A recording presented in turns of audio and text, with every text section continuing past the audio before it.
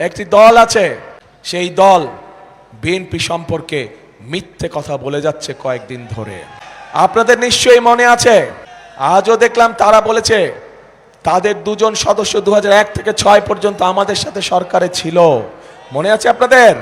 এখন তারা বলছে যে বিএনপি সময় বলে পরিস্থিতি অন্যরকম ছিল, তাদের মানুষগুলা ভালো আর আমাদের মানুষগুলা খারাপ।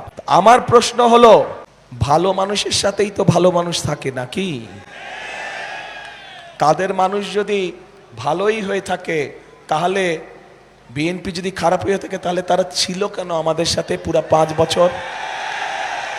আমাদের সাথে প্রথম থেকে শেষ দিন পর্যন্ত তারা ছিল, এবং তাদের থাকাটাই প্রমাণ করে যে একমাত্র বিএনপির পক্ষেই সম্ভব এই সব দুর্নীতিকে নিয়ন্ত্রণ করা।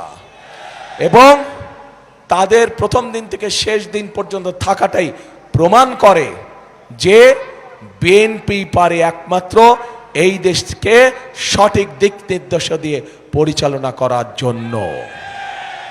হয় এই দলটির মাথা খারাপ হয়ে গেছে, অথবা নিজের নেতৃত্ব সম্পর্কে নিজেই আবল তাবল কথা বলছে। বাংলাদেশের মানুষের সিদ্ধান্তই আমাদের প্রথম এবং শেষ সিদ্ধান্ত, প্রিয় ভাই বোনেরা।